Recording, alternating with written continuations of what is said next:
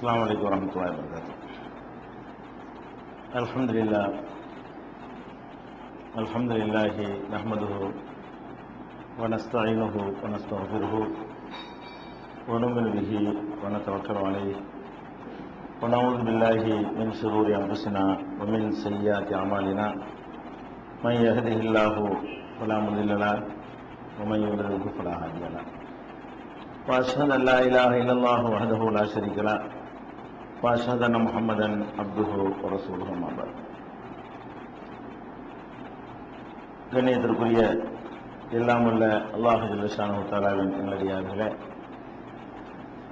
நபிகள் நாயகம் ஸல்லல்லாஹு அலைஹி வஸல்லம் அவர்களுடைய மரணத்திற்கு பிறகு இந்த சமுதாயத்தில் ஏற்பட்ட குழப்பங்களையும் பல்வேறுபட்ட பிரிவினைகளையும் நாம் அறிந்து வருகிறோம். அந்த தொடர்ச்சியாக உமர் ரலியல்லாஹு அன்ஹு அவர்கள் மரணிக்கிற நேரத்தில் 6 சஹாபாக்களுடைய பொறுப்பில் அடுத்த ஆட்சியாளரை தேர்வு செய்கிற ஒரு பொறுப்பை ஒப்படைத்தார்கள்.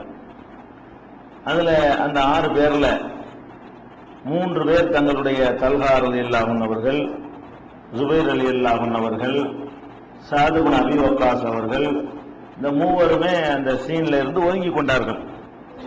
இப்ப களத்துல 3 பேர் தான் நிக்கிறாங்க.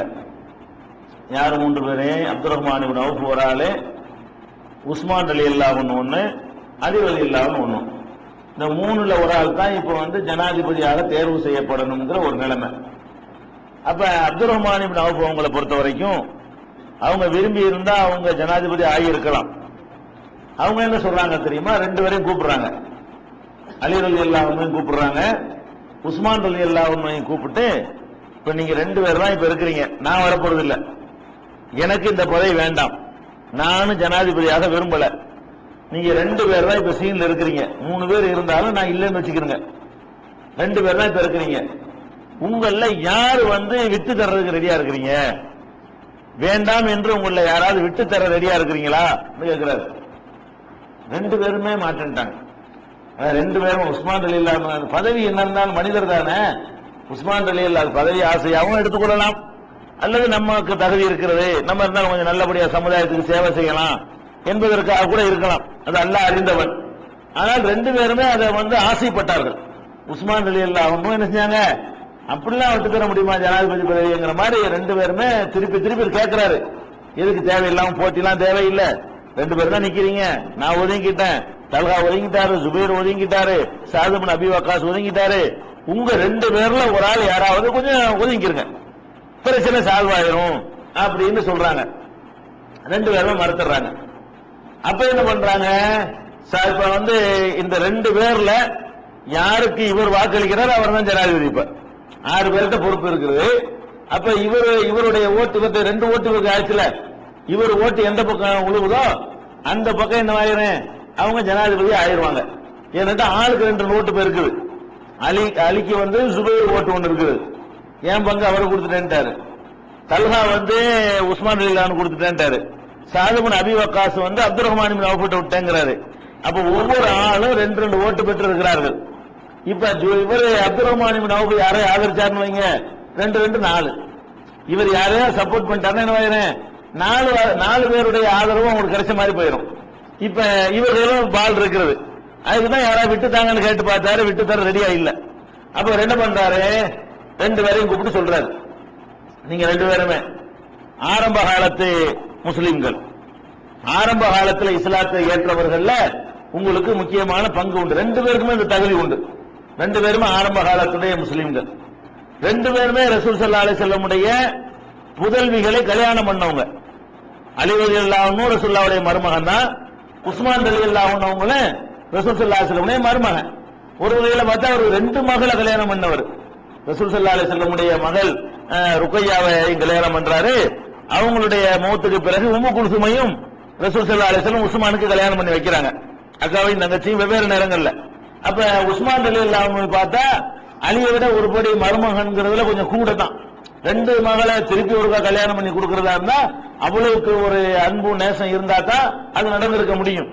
அப்ப 2 பேருமே ரசூலுல்லாஹ்வுக்கு மருமகனா இருக்கிறீங்க, ரெண்டு பேருமே ஆரம்ப காலத்து முஸ்லிமா இருக்கிறீங்க, ரெண்டு பேருமே ஹிஜ்ரத் செஞ்சு வந்த ஆளா இருக்கிறீங்க. ஒரு வகையில பார்த்தா ஹிஜ்ரத்துல வந்து உஸ்மான் ரலியல்லாஹு அன்ஹுக்கு வந்து கூடுதல் பங்கு இருக்கிறது. அவர் டபுள் ஹிஜ்ரத் செஞ்சவர். முதல்ல அபிசினியாவுக்கு போனாங்கல்ல, அதுலயும் அவர் இருந்தவர். இங்க திருப்பி வந்து மறுபடியும் மதீனாவுக்கு போனாங்கல்ல, அந்த ஹிஜ்ரத்துல இருந்த ஒரு ஆளு. அப்ப ரெண்டு பேருமே ஹிஜ்ரத் செஞ்சவங்களா இருக்கிறீங்க, ரெண்டு பேருமே ரசூலுல்லாஹ் சொந்தக்காரங்களா இருக்கிறீங்க. அதனால ஒவ்வொருத்தையும் சொல்றாரு, உஸ்மான்ட்டையும் சொல்றாரு. எப்படி சொல்றாரு? நான் வந்து உன்னை ஆட்சியாளராக தேர்ந்தெடுத்தால் நீ என்ன பண்ணணும்? சமுதாயத்துக்கு நல்லது செய்யணும். உஸ்மானை தேர்ந்தெடுத்தால் அழித்த சொல்றாங்க, உஸ்மானை தேர்ந்தெடுத்தால் அவருக்கு நீ கட்டுப்படணும், உறுதிமொழி கொடுக்குறியான்னு கேட்கிறார். உன்னை தேர்ந்தெடுத்தாலும் தேர்ந்தெடுப்பேன், உஸ்மானை வேண்டாலும் தேர்ந்தெடுப்பேன், நீ என்ன பண்ணணும்? நான் எதை செஞ்சாலும் ஒத்துக்கிறியான்னு கேட்கிறாரு அழித்த. அவர் சரிங்கிறாரு. உஸ்மான் ரலியல்லாஹு அதே மாதிரி போறாரு. அவர் சொந்தக்காரர்களையும் சொல்லி நான் வந்து உன்னையை தேர்ந்தெடுத்தாலும் தேர்ந்தெடுப்பேன், அலியை தேர்ந்தெடுத்தாலும் தேர்ந்தெடுப்பேன். நான் அலியை தேர்ந்தெடுத்தா நீ அவர் கட்டுப்பட்டு நடக்கணும், உன்னையை தேர்ந்தெடுத்தால் உனக்கு எல்லாரும் என்ன செய்வாங்க? கட்டுப்பட்டு நடக்குவாங்க அப்படின்னு சொல்லி உறுதிமொழி எடுக்கிறாரு. எடுத்தவன என்ன செய்யறாங்க? ரெண்டு பேரும் ஓகேன்றாங்க. அலி ரலியல்லாஹு அன்ஹு என்ன செய்யறாங்க? நீங்க யார தேர்ந்தெடுக்கிறீங்களோ, என்னை தேர்ந்தெடுத்தாலும் ஓகே, நீங்கள் உஸ்மானை தேர்ந்தெடுத்தாலும் ஓகே. உஸ்மான் என்ன பண்றாரு? அந்த நிலைக்கு கொஞ்சம் தள்ளிட்டு தான் கொடுக்க நினைக்கிறார். அவர் ரெண்டு பேரையுமே அவர் சஸ்பென்ஸ்ல வச்சு ரெண்டு பேரும் வந்து ரெண்டுக்கும் தயாரு, பதவி கிடைச்சாலும் எங்களுக்கு பிரச்சனை இல்ல, கிடைக்காட்டாலும் பிரச்சனை இல்லைங்கிற அளவுக்கு அவங்கள ஒரு லெவல்ல கொண்டாந்து வச்சுட்டு திடீர்னு என்ன பண்றாருன்னு கேட்டா ரெண்டு பேர்த்தையும் பேசி முடிச்சிடறாரு. உடனே மக்களை எல்லாம் கூட்டி வச்சு கொண்டு உஸ்மானே எடுத்து கையை நீட்டு அப்படிங்கிறாரு. நான் முதல்ல உன்னை ஆட்சியாளர், நான் முதல்ல உறுதிமொழி எடுக்கிறேன்னு சபையில வச்சு உஸ்மான அவர் ஜனாதிபதி அறிவிச்சிடுறாரு. அதனால உஸ்மான் மக்கள் அலி உடனடியாக அலி என்ன செய்யறாரு? அவர் உறுதிமொழி எடுக்கிறாரு. பிறகு மக்கள் எல்லாம் உஸ்மான் ரலியல்லாஹு அன்ஹு அவர்களை ஜனாதிபதியாக தேர்வு செஞ்சிடறாங்க. அப்ப இந்த உமர் ரலியல்லாஹு அன்ஹுடைய மரணத்திற்கு பிறகு ரொம்ப ஒரு தகுதியான ஒரு வேலையை செஞ்சுட்டு போயிருக்காரு அவர். 6 பேரை நியமிச்சதன் மூலமாக 6 பேரும் அந்த மாதிரியான பொறுக்கி எடுத்த மாணிக்கங்கள் தான். இல்லைன்னா 6 பேரும் களத்தில் நின்றாங்கன்னு வைங்க, பெரிய இஷ்யூவா இருக்கும். அலி ரலியல்லாஹு அன்ஹு கூட லேச ஆசைப்பட்டா கூட இந்த நேரத்தில் அவர் வந்து இவர் சொன்ன தீர்ப்பு ஒண்ணு கட்டுப்பட்டார்ல, விரும்பினார், அது ஒரு விஷயம். கிடைக்கலன்னு அதுக்காக என்ன செய்யல, அவர் சண்டை செஞ்சு வளர்த்துக்கல, அதெல்லாம் முடியாது கோச்சிக்கிட்டு இருக்கல. முதல் ஆள அவர் என்ன செய்யறாரு? அப்துல் ரஹ்மான் இப்னு அவுஃப்க்கு அடுத்தபடியாக இரண்டாவது ஆள அவர் போய் பண்ணிடுறாரு. நீங்க தான் ஆட்சியாளரே, நான் உங்களுக்கு கட்டுப்பட்டு நான் நடக்கிறேன் அப்படின்ட்டாரு. இதுல கூட நம்ம யோசிச்சு பார்க்கணும், உஸ்மான் ரலியல்லாஹு அன்ஹு அவர் ரெண்டு பேரும் இடம் போட்டு கூடுதலாக தேர்ந்தெடுத்தது காரணமும் இருக்கிறது. என்ன அவர் பார்க்கிறாரு?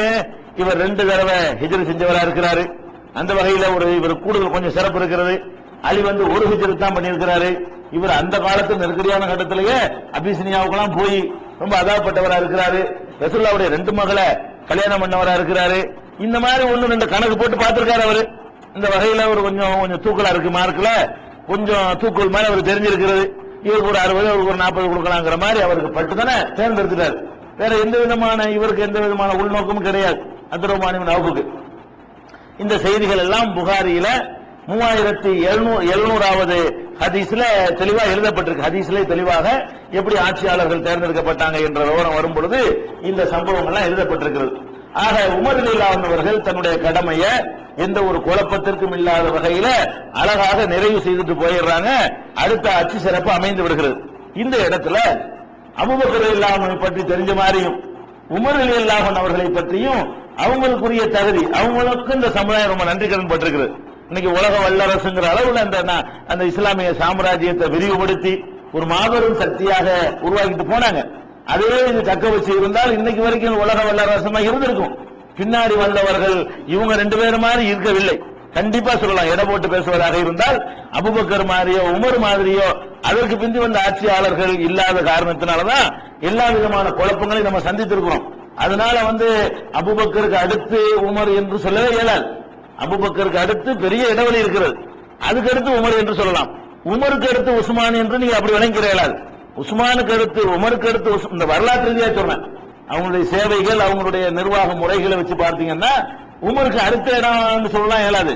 உமருக்கு அபூபக்கருக்கு 100 மார்க் கொடுக்கலாம் சொன்னா இவருக்கு ஒரு 80 கொடுக்கலாம், 99 கொடுக்க இயலாது. அபூபக்கருக்கு அடுத்து அப்படி தொட்டுக்கலாம் நிக்கல, எல்லா வகையிலும் அவர் ரொம்ப டிஃபரன்ட்ல இருந்தாரு. அப்ப அபூபக்கருக்கு ஒரு 100 கொடுத்தா இவருக்கு ஒரு உமருக்கு ஒரு 80 கொடுக்கலாம், 75 உஸ்மானுக்கு கொடுக்க இயலாது. அடுத்த ஆளுண்டா ஒரு 40 கொடுக்கலாம்.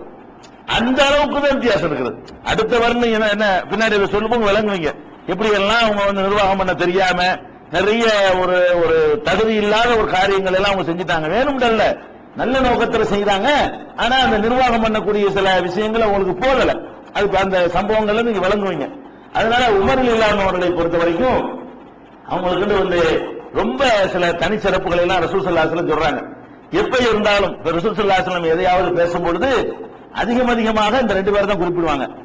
நானும் அபூபக்கர் உமரும் போனோம், நானும் அபூபக்கர் உமரும் பேசிட்டோம், நானும் அபூபக்கர் உமர் எல்லாம் ஆலோசனை பண்ணிட்டோம்னு சொல்லி எதை சொன்னாலும் முக்கியமான மேட்டரை பத்தி சஹாபாக்கள் அறிவிக்கிறதா இருந்தா ரசூல் ஸல்லல்லாஹு அலைஹி வஸல்லம் சொல்லுவாங்களா, நான் அபூபக்கர் உமர் எல்லாரும் பேசிக்கிட்டோம், நாங்க 3 பேர் முடிவு எடுத்துக்கிட்டோம் என்கிற மாதிரி சொல்லுவாங்களாம். அப்படி தன்னோட அபூபக்கரையும் சேர்த்து அபூபக்கரோட உமரையும் சேர்த்து ரசூல் ஸல்லல்லாஹு அலைஹி வஸல்லம் அவர்கள் பல சந்தர்ப்பங்கள்ல குறிப்பிடுவார்கள் என்ற ஒரு செய்தி புகாரியில 3677 3685 ஆகிய ஹதீஸ்கள்ல பார்க்கிறோம். நபிகள் நாயகம் ஸல்லல்லாஹு அவங்களுடைய சிறப்புகளை வந்து தெரிஞ்சுக்கிறோம். அதுக்காக தான் அடுத்த குழப்பத்துக்கு போவதற்கு முன்னாடி அபூபக்கருடைய சிறப்புகளை அறிந்த மாதிரி இவருடைய சிறப்புகளை அறிந்து கொள்ளணும். அது மாதிரி வந்து ரசூல் ஸல்லல்லாஹு அலைஹி வஸல்லம் சொல்றாங்க, ஒருத்தன் உண்மையான மூமினாக ஆவறதா இருந்தால் அவன் என்ன செய்யணும்னா உலகத்தில் உள்ள எல்லாத்தையும் விட என் தன்னையை விட கூட வந்து என்னை நேசிக்கணும் அப்படிங்கிறாங்க. அப்ப உமர் இல்லான்னு சொல்றாரு, அல்லாஹ்வுடைய தூதரே, உலகத்தில் உள்ள என் தாய் தந்தை மனைவி மக்கள் எல்லாத்தையும் விட உங்களை நான் நேசிக்கிறேன். ஆனாலும் வந்து எனக்கு அடுத்து தான் நான் தான் எனக்கு என் விஷயம் தான் நான் தேர்ந்தெடுப்பேன். எனக்கு அடுத்தபடிதான் நான் உங்களை நேசிக்கிறேன். ஃபர்ஸ்ட்னா அப்புறம் தான் நீங்க என் விஷயம் வரும்போது என்னுடைய தான் எனக்கு தூக்கலா நிக்கும் அப்படின்னு ஓப்பனா என்ன செய்யறாரு அவர் உள்ளே சொல்றாரு. நான் சும்மா ஃபார்மாலிட்டிக்காக நாங்கள் ரசூலுல்லாவை உயிருக்கு மேல நேசிப்போம் சும்மா சொல்லிட்டு போறதில்லை. அவர் தன்னை இடம் போட்டு பாக்குறாரு. தாயா ரசூலுல்லாவான்னு வந்தா நம்ம ரசூலுல்லாவை தேர்ந்தெடுத்துருவோம், பொண்டாட்டியா ரசூலுல்லாவான்னு வந்தா ரசூலுல்லாவை தேர்ந்தெடுத்துருவோம், தகப்பனா ரசூலுல்லாவான்னு வந்தா ரசூலுல்லாவை தேர்ந்தெடுத்துருவோம், பிள்ளையா ரசூலுல்லாவான்னு வந்தா ரசூலுல்லாவை தேர்ந்தெடுத்துருவோம். நானே ரசூலுல்லாவான்னு வந்தா நான் தானே பெருசா எனக்கு தெரியல, ஏனதன் என் சுகம் தானே கூடுதலா இருக்கிறது என்று அப்ப வந்து அவர் சொல்றாரு. அப்ப ரசூலுல்லாஹ் சொல்றாங்க, அப்பனா நீ வந்து உண்மையான முஃமின் ஆவல அப்படிங்கிறாரு. அப்புறம் கொஞ்ச நாள் சிரமப்பட்டு அவர் தன்னை அந்த மாதிரி பக்குவப்படுத்தி கொண்டு இப்ப சொல்றாரு, அல்லாஹ்வுடைய தூதரே, என்னை விட நான் உங்களை நேசிக்கிறேன், எனக்கு ஒண்ணுண்டா கூட நான் தாங்கி பொறுத்துக்கிறேன், உங்களுக்கு ஒண்ணுண்டா என்னால பொறுத்துக்கிறேன், அது அந்த அளவுக்கு நான் நேசத்தை அதிகப்படுத்தி கொண்டேன் அப்படின்னு சொன்ன உடனே அப்ப ரசூல் ஸல்லல்லாஹு சொல்றாங்க, அல்ஆன யா உமர், உமரை இப்பதான் நீ கரெக்டான வழிக்கு வந்திருக்கிற என்று. அதாவது இவர் வந்து ரசூலுல்லாவை தன்னை விட நேசித்தார் என்பதை ரசூல் ஸல்லல்லாஹு அலைஹி வஸல்லம் அவர்களை ஒரு நற்சான்று கொடுக்கறாங்க. அந்த மாதிரியான ஒரு ஹதீஸ் வந்து புகாரியில 6632வது ஹதீஸ்ல நம்ம பார்க்கிறோம். அதே மாதிரி ரசூல் ஸல்லல்லாஹு அலைஹி வஸல்லம் அவங்களோட ரசூலுல்லாஹ்வுடைய மனைவிமார்கள் பெண்கள் எல்லாம் உட்கார்ந்து பேசிட்டு இருக்கிறாங்க. பேசிக்கிட்டு இருக்கிற நேரத்தில் ரசூலுல்லாஹ் வந்து சோசியலா தானே இருப்பாங்க, கூடுதல் மரியாதை எதிர்பார்க்க மாட்டாங்க. அவங்க ஆளுக்கு வந்து பேசிக்கிறது ஜாலி பண்ணிக்கிறது அப்படி பேசிட்டு இருப்பாங்க. அப்ப ரசூல் ஸல்லல்லாஹு அலைஹி வஸல்லம் கண்டுக்கிற மாட்டாங்க. பள்ளியாசல்லே அப்படித்தான் இருக்கும்.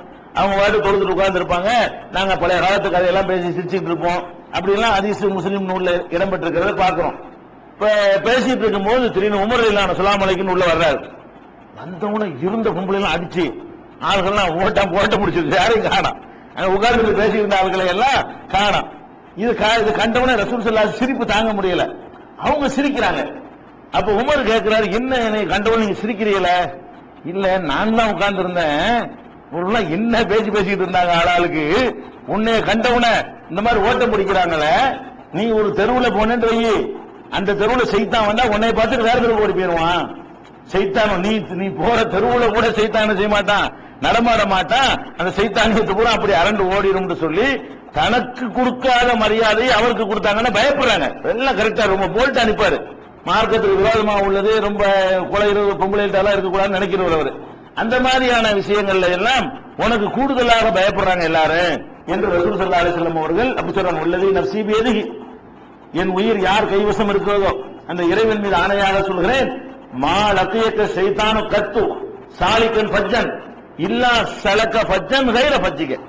ஷைத்தான் நீ போற ஒரு பாதையில வந்தான்னு சொன்னா அந்த பாதையை விட்டு விலகி வேற ஒரு பாதைக்கு போகாம இருக்க மாட்டான். அப்படி ஒரு தகுதி அல்லாஹ் உனக்கு தந்திருக்கிறான்னு சொன்னார்கள்.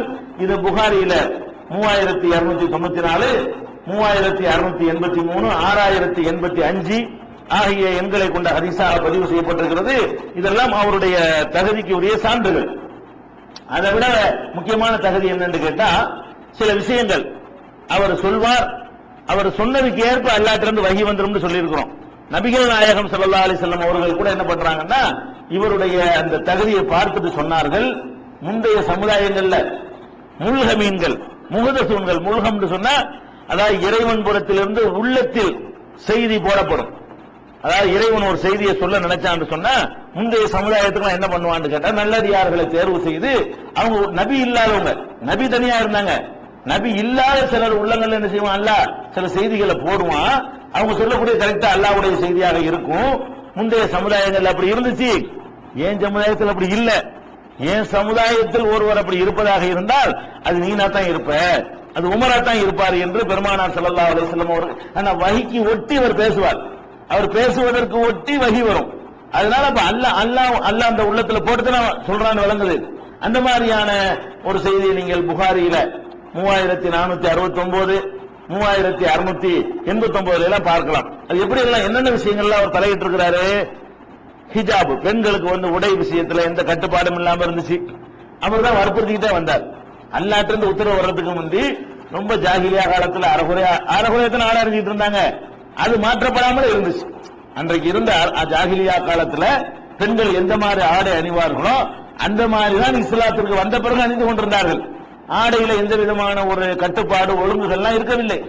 இதை உமர்கள் என்ன பண்றாங்க, என்னங்க இது ரொம்ப மோசமா இருக்கு, ரொம்ப ஒரு சரியே இல்ல, பெண்களுக்கு இந்த ஆடைக்கு ஒரு கண்ட்ரோல் இருக்கணும் அப்படின்னு ரசூலுல்லாஹ் அல்லாஹ்ட்ட வரட்டுமா பாப்பா, நான் என்ன செய்யறது, இறைவன்ட்ட இருந்து வரட்டும் பாப்போன்னு சொல்லிக்கிட்டே இருந்தார்கள்.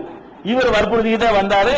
கடைசியா இவர் வற்புறுத்தினதுக்கு தகுந்த மாதிரி எல்லாம் என்ன பண்ணிட்டான், பெண்கள் இந்த ஆடைகள்ல முகம் கைகளை தவிர மற்றதெல்லாம் மறைக்கணுங்கிற மாதிரியான சட்டங்கள் இவருடைய வலியுறுத்தல் மூலமாகத்தான் அந்த ஹிஜாப் சம்பந்தமான கட்டளை பிறப்பிக்கப்பட்டதாக புகாரியில 147, 402, 4483, 4790, 6240 இதுல நீங்கள் பார்க்கலாம்.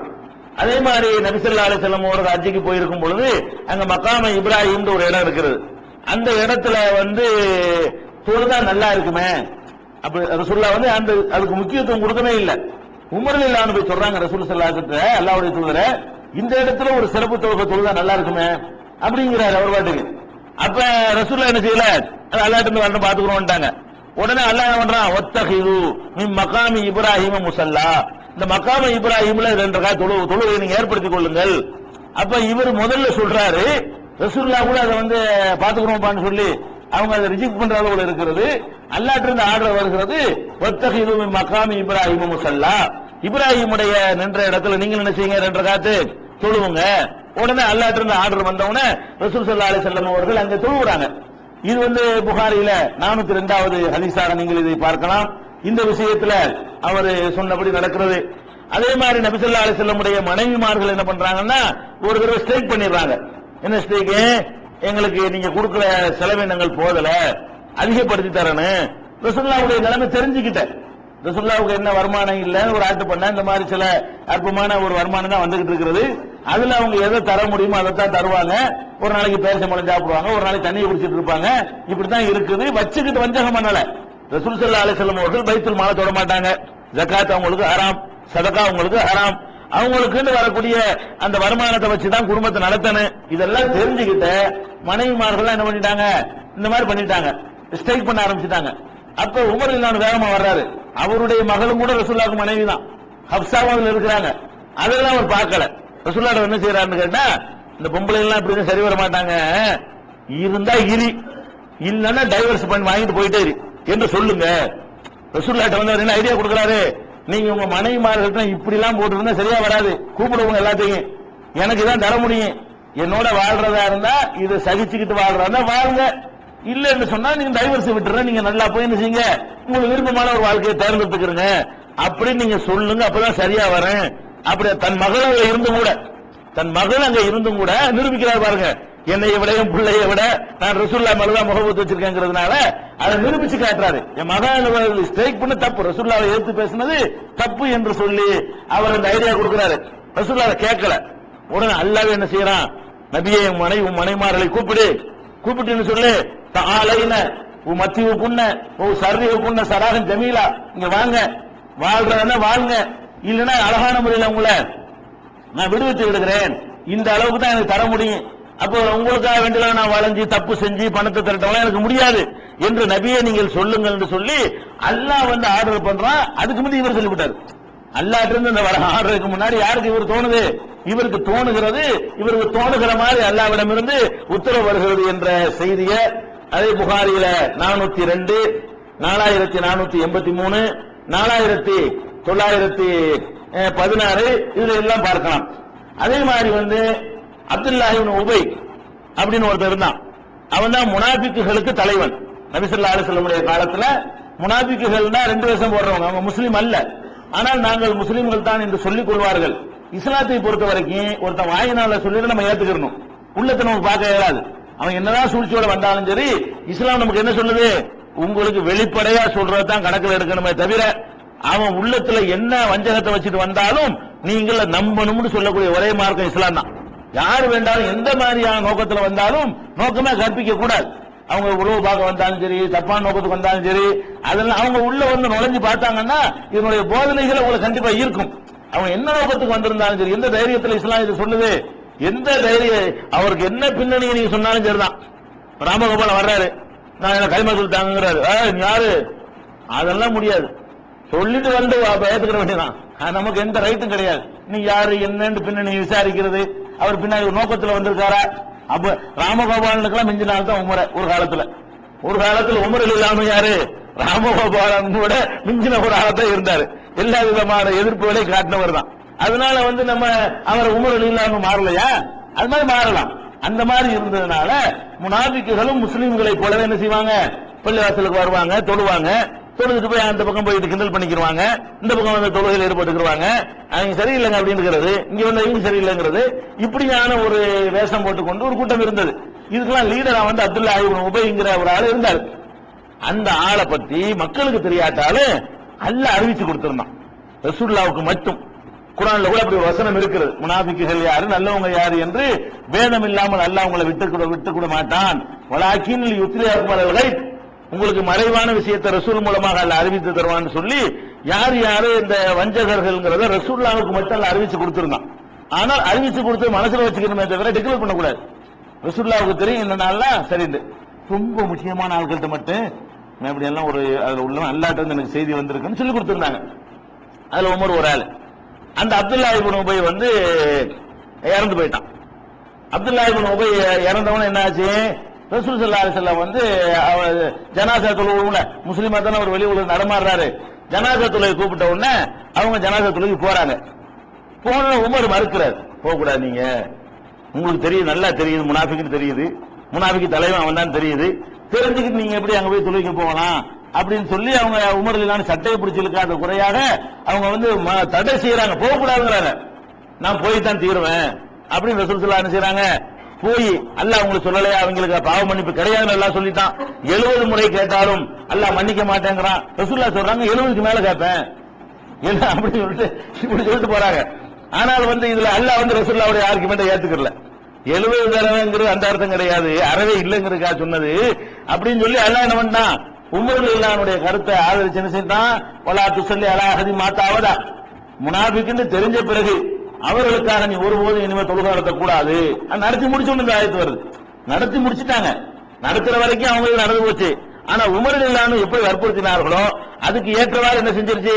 வகி வந்து இந்த மாதிரி அல்லாஹ் வந்து அதை தடுத்துட்டான், இனிமே போக கூடாதுன்னு சொல்லி. முனாஃபிக்குன்னு தெரிஞ்சிருச்சுன்னு சொன்னா அவருக்கு நீ தொழுகை நடத்தக்கூடாதுன்னு தண்டிச்சுட்டான். இந்த விஷயம் வந்து புகாரியில 402, 4483, சாரி இந்த விஷயம் அந்த நம்பர் இல்ல, இந்த விஷயம் 1269, 1366, 4670, 4671, 4672, 5796 இதெல்லாம் இடம்பெற்றிருக்கிறத பார்க்கணும். அதே மாதிரி வந்து பத்ர் போர்க்களத்துல பத்ர் கைதிகள், பத்ர்ல போர்க்களத்துல கைதிகள் எல்லாம் பிடிக்கப்படுறாங்க. இவங்க எல்லாம் லேசுப்பட்ட ஆளுகை இல்ல, கொடியவர்கள், இஸ்லாத்தை ஒழிக்கிறதுக்காக வேண்டிய படவிரட்டி வந்தவர்கள். அப்ப அங்கேயும் நிம்மதியா இருக்க விடாம இங்க வந்து நிம்மதியா இருக்க விடாம தொந்தரவு பண்ணிக்கிட்டு இருந்தவங்க. இவங்க கைதிகளாக பிடிக்கப்பட்ட உடனே அப்ப எல்லாரும் என்ன பண்றாங்க, காசு வாங்கிட்டு விட்டுருவோங்கிற மாதிரி ஒரு கருத்து வருது. ரசூலுல்லாஹ் கூட அதை சரி கண்டு அதை அவங்கள்ட்ட நஷ்டஈட வாங்கிட்டு விட்டுட்டாங்க. ஆனா உமர் என்ன பண்றாங்க, விடக்கூடாது. ஏன், நாளைக்கு படம் எடுத்துட்டு வருவான், யுத்தத்துக்கு வந்திருக்கிறான், சண்டைக்கு வந்திருக்கிறான், இவனை வந்துகிட்டு 100 ரூபா கொடுத்துட்டு போய் 1000 ரூபா கொடுத்துட்டு போன்னு சொன்னா போயிட்டு சும்மா இருப்பான். அவன் அடிபட்ட புள்ளைய திரும்பி வர மாட்டானா, நம்மளே நமக்கு கேட எடுத்துக்கிறதா, நீங்க எப்படி இந்த மாதிரி பண்றீங்கன்னு அவரை கண்டிக்கிறாரு ரசூல் ஸல்லல்லாஹு அலைஹி வஸல்லம். ஆனா அவங்க கேட்காம நினைச்சிட்டாங்க, எல்லா கைதிகளுக்கும் அந்த மாதிரி ஒரு சலுகை கொடுத்து போங்கப்பா 100 200 கொடுத்துட்டு ஓடிக்கிட்டீங்க, தெரியாத ஆளுக்கு எழுத படிக்க தெரிஞ்ச ஆளுக்கு இருந்தா எழுத கத்து கொடுத்துட்டு போயிட்டு அப்படின்னு சொல்லிட்டு அவர் ரசூலுல்லாஹ் ஒரு ஏற்பாடு பண்ணிடுறாங்க. இவர் கண்டிக்கிறாரு, இவர் செஞ்சா சரின்னு பின்னாடி வருது. அல்லாஹ் என்ன செய்யறான், முஸ்லீம்ல 4412வது ஹதீஸ்ல உமர் செஞ்சுதான் சரி, இந்த மாதிரி கைதிகளை விடுதலை செய்யறது சரியா, போர் கைதிகளை அது சரியாகாது. எது வரைக்கும் சரியாகாது, ஆட்சி நன்கு பலப்படுத்திக் கொள்ற வரைக்கும். இவனை விட்டாலும் ஒண்ணு ஆகாது அப்படிங்கிற நிலைமை இருந்தா அது ஒரு விஷயம். ரொம்ப வீக்கா இருந்துகிட்டு இருக்குது, நம்ம அவங்க கை வாங்கினுச்சுன்னா ஒரு செகண்ட்ல பறி விட்டு போயிருவான். அப்படியான ஒரு நேரத்தில் நீங்க எப்படி விடலாம்னு சொல்லி அவரு ஆட்சேபனைக்கு எவ்வளவு வெயிட் கொடுக்கப்பட்டுச்சு. இதெல்லாம் உமர் ரலியல்லாஹுடைய சிறப்புகள். இருந்தாலும் இந்த இடத்துல இன்னொன்று நம்ம சொல்ல வேண்டி இருக்கிறது, உமர் ரலியல்லாஹு இவ்வளவு சிறப்பு இருக்கின்றவன உடனே இதெல்லாம் சொல்லுவாங்க. நம்ம எல்லாம் மறுக்கிற மாதிரி உமரை மதிக்க மாட்டார்கள். நம்ம அவர்களை விட அதிகமாக என்ன செய்யறோம், உமர் ரலியல்லாஹு அவர்களை மதிக்கிறோம். இதெல்லாம் இறைவன் புறத்திலிருந்து அவர் வகி அடிப்படையில் சிலதெல்லாம் பேசி இருக்கிறார். வகி அடிப்படையில் இல்ல, இவர் பேசுனதுக்கு அடிப்படையில் அல்ல வகி இறக்கி இருக்கிறான் என்றெல்லாம் நம்ம நம்புகிறோம். ஆனால் ஒரு விஷயத்தை புரிஞ்சுக்கிறேன்னு, அவர் எதெல்லாம் வகி அடிப்படையில் அல்லாஹ்வுடைய விருப்பப்படி பேசினாரோ அது ப்ரூவ் செய்யப்பட்டிருச்சு பாருங்க, அந்த விஷயங்கள் தான். அதுக்காக ஒரு பேசின எல்லாமே கரெக்டா இருக்கு நம்பலாமா, அப்படி நம்ப இயலாது. அவர் பேசின எதா இருந்தாலும் வகிதான், அல்லாஹ் என்ன நினைக்கிறான் அதெல்லாம் கரெக்டா பேசுவாரா? இப்படி ஒரு 4-5 சம்பவத்துல பேசினாரே தவிர குர்ஆன்ல இருக்கிற விஷயம் தெரியாம போச்சே. ரசூல் ஸல்லல்லாஹு அலைஹி வஸல்லம் மரணிச்சிட்டாங்கங்கிற விஷயம் அபூபக்கர் நின்று ஃபைட் பண்ற வரைக்கும் அவருக்கு தெரியலையே. அப்ப ரசூல் ஸல்லல்லாஹு அலைஹி வஸல்லம் மரணித்து விட்டார்கள்ங்கிற அந்த விஷயத்துல உமர் ரலியல்லாஹு தப்பான முடிவு எடுத்தாங்களா இல்லையா, பிந்தி திரும்பினாங்களா இல்லையா? அதனால அவங்க என்ன சிலாருக்கு அவங்க என்ன சொன்னா கரெக்டா இருக்கும், அப்படி கிடையாது. எது கரெக்ட்ங்கிறதுக்கு ஆதாரம் கிடைக்குது அது கரெக்ட். எதெல்லாம் அவர் சொல்லியது கரெக்ட் என்று அல்லாஹ் ஏற்றுக்கொண்டானோ, அல்லாஹ் அங்கீகரிச்சானோ, அவருக்கு ஏற்ப வகிய அருள் இருக்கிறானோ அது கரெக்ட்னு சொல்லணும். அதுக்கு இல்லாம உமர் ரலியல்லாஹு இவ்வளவு ரசூலுல்லாஹ் சொல்லிவிட்டார்கள், அதனால அவர் ஒரு நபிமார் தான், அவர் என்ன சட்டம் சொன்னாலும் நம்ம ஏத்துக்கிற வேண்டியதான். ரசூலுல்லாஹ் காலத்தில் இல்லாத ஒண்ணு அவர் செஞ்சாலும் இருந்ததை மாத்தினாலும் ஏத்துக்கிறோங்கிற மாதிரியான ஒரு சித்தாந்தத்துக்கு வர்றாங்க பாருங்க. அதுக்கு அல்லாஹ் ஒரு காலம் அனுமதிக்க மாட்டான். அதுக்கு இந்த மார்க்கத்தில் அனுமதியே கிடையாது. அப்ப அல்லாஹ்வே ரசூலையும் தூர போட்டுட்டு உமர் ரலியல்லாஹு ஏற்றுக்கொள்ளுதுங்கிற ஒரு நிலைக்கு வரவே இயலாது. இன்னும் சொல்ல போனா ஒரு சின்ன உதாரணம், நபிகள் நாயகம் ஸல்லல்லாஹு அலைஹி வஸல்லம் காலத்துல 3 தலாக் என்பது ஒரு தடவை தலாக்னு ஒருத்தன் சொல்றான், அது ஒரு தலாக்காகத்தான் கருதப்பட்டது. ரசூலுல்லாஹ் காலத்துல எப்படி இருந்துச்சு, தலாக்னு சொன்னா அது ஒரு தலாக்கு தான். ஆனா உமர் என்ன பண்றாரு, அவர் ஆட்சிக்கு வந்த உடனே இதை மாத்துறாரு. 2 வருஷமா மாத்தல, 2 வருஷத்துக்கு என்ன பண்றாரு, இனிமே எவனாச்சும் தலாக் 3ஆவது ஆக்கி போடுவான், விளையாட்டு பண்றீங்களா அப்படின்னு சொல்லி அதை சட்டம் ஆக்கினார். நம்ம என்ன செய்யறோம், இது தப்புன்னு சொல்லுவோம். இது தப்பு. ரசூல் ஸல்லல்லாஹு அலைஹி வஸல்லம் ஒரு சட்டத்தை உண்டாக்கி இருக்கும் பொழுது அதை மாத்துற அளவுக்கு இவருக்கு சட்டம் வரும். ரசூலுல்லாஹ் காலத்தோட எல்லாம் முடிந்து விட்டது. ரசூலுல்லாஹ் காலத்துக்கு பிறகு இந்த மாதிரி ஒன்றை இவர் மாற்றுவதற்கு ஏதாவது அதிகாரம் இருக்கான்னு சொன்னா இதை வச்சுட்டு தான் மதுஹப்ல சட்டம் மாத்திருக்கிறாங்க. என்ன சட்டம், 3 தலாக்கு சொன்ன தலாக்குன்னா தலாக்கு தான், 3 தலாக்கு தான், அதோட முடிஞ்சு போச்சு என்றெல்லாம் சட்டம் ஆக்குறாங்களே. அதுக்கெல்லாம் உமர் ரலியல்லாஹு தான் காரணம் காட்டுறாங்க. இப்னு அப்பாஸ் ரலியல்லாஹு அவர்கள் சொல்கிறார்கள், கான தலாக்கு ஸலாத்து அலா அஹதி ரசூலுல்லாஹி ஸல்லல்லாஹு அலைஹி வஸல்லம் வ அஹதி அபூபக்கரின் வ ஸதர் மின் খিলাফতি உமர். ரசூலுல்லாஹ்வுடைய காலத்திலும் அபூபக்கர் காலத்திலும் உமருடைய ஆட்சியின் முதல் துவக்க காலத்திலும் 3 தலாக் என்பது இன்னமா யுஅத்து வாஹிதா, அது ஒன்றாகத்தான் கருதப்பட்டது. 3 தலாக்னு ஒருத்தன் சொன்னால் எத்தனை தலாக் சொல்லிட்டான், ஒரு தலாக் தான் சொல்லி இருக்கிறான், மறுபடியும் சேர்ந்து கொள்ளலாம், இன்னும் 2 தடவை அவனுக்கு வாய்ப்பு இருக்கிறது. 3 தலாக்னு அதோட முடிஞ்சு போய்விடவில்லை. 3 தலாக்ங்கிற வார்த்தை யூஸ் பண்ணாலும் சரி, தலாக் என்று சொன்னாலும் சரி, அவன் ஒரு தடவை விவாகரத்து பண்ணியிருக்கிறான், அதோட அவருடைய திருமண ஒரு ரத்தாகி விடவில்லை, மறுபடியும் சேர்ந்து கொள்ளலாம் அப்படிங்கிற ஒரு நிலைமை ரசூலுல்லாஹ் காலத்தில் இருந்தது, அபூபக்கர் காலத்தில் இருந்தது. உமர் ரலியல்லாஹு இதை மாற்றி விட்டார்கள் என்று சொல்லி சஹீஹ் முஸ்லிம்ல 3689, 3690, 3691 வரிசையா 3 ஹதீஸ் அதுல இடம்பெற்றிருக்கிற பார்க்கிறோம். இன்னும் ஏராளமான நூல்கள் இருக்கிறது. அதனால நம்ம என்ன விளங்கிக்கிறோம், உமர் ரலியல்லாஹு அன்ஹு அவர்கள் சிறந்த சஹாபி தான். அவருடைய வீரத்திற்கோ நேர்மைக்கோ மற்ற விஷயங்களுக்கோ நம்ம குந்தகம் விளைவிக்க இயலாது. ஆனால் வஹி அல்லாஹ் ரசூலுக்கு மட்டும்தான் வரும். நம்ம பின்பற்றுவது, நமக்கு சட்டமா ஏற்றுக்கொள்வது, மார்க்க அடிப்படையில் நிர்வாக விஷயத்தில் கூட ஏற்றுக்கலாம். உமர் அப்படி உறுதியா இருங்க, அவர் அப்படி படைகளை அணிவகுத்தார், அது மாதிரி அணிவகுத்து அதுல எல்லாம் நீங்க உமர் ரலியல்லாஹு அன்ஹு முன்மாதிரி எடுத்துட்டு போங்க. எதுல எடுத்துக்கொள்ள முடியாது? எத்தனை ரக்காத் தொழுகிறதுங்கிறதுல 20 ரக்காத்துக்கு உமர் தான் ஆதாரம் காட்டுவாங்க. ஆனா உமருக்கு சம்பந்தம் இல்லை, அது ஒரு விஷயம். உமரே செஞ்சிருந்தா கூட ஆதாரம் ஆயிருமா? அல்லாஹ்வுடைய ரசூல் ஒண்ணு செஞ்சு காட்டி இருக்கும் பொழுது மற்றவங்க செய்யறதை ஏத்துக்கிட்டீங்கன்னா அப்ப ரசூலை தூக்கி எறிகிற மாதிரி ஆகாதா? அதனால ரசூல் ஸல்லல்லாஹு அலைஹி வஸல்லம் தான் நமக்கு வழிகாட்டிய தவிர இவங்க எல்லாம் மரியாதைக்குரியவர்கள், நம்ம எல்லாம் மதிப்போம். ஆனா மனிதர் என்ற முறையில அவர்களுடைய தவறுகள் வரும். ரசூலுல்லாஹ் காலத்துல தவறு வந்தா திருத்தப்படும், தெரியும். ரசூலுல்லாஹ் காலத்துக்கு திண்டி வந்தால் திருத்தருக்கு வழி இல்லை. நம்மள ஆய்வு பண்ணி என்ன செய்யணும், முடிவு பண்ணி கொள்ள வேண்டும். அதே மாதிரி இன்னொன்னு கூட நம்ம பார்க்கலாம். இன்னொரு அது கூட நமக்கு ஒரு உறுத்தலாகவே இன்னைக்கு வரைக்கும் நமக்கு ஒரு உறுத்தலா இருக்கக்கூடிய ஒரு சம்பவம் என்னன்னு கேட்டா, இந்த குழப்பங்கள்லாம் வராம கூட இருந்திருக்கும் போல இருக்குது. அந்த அதுக்கு உமர் ரலியல்லாஹு அன்ஹு ஒரு காரண கருத்தை வாங்கிட்டாங்க. என்ன காரண கருத்தா?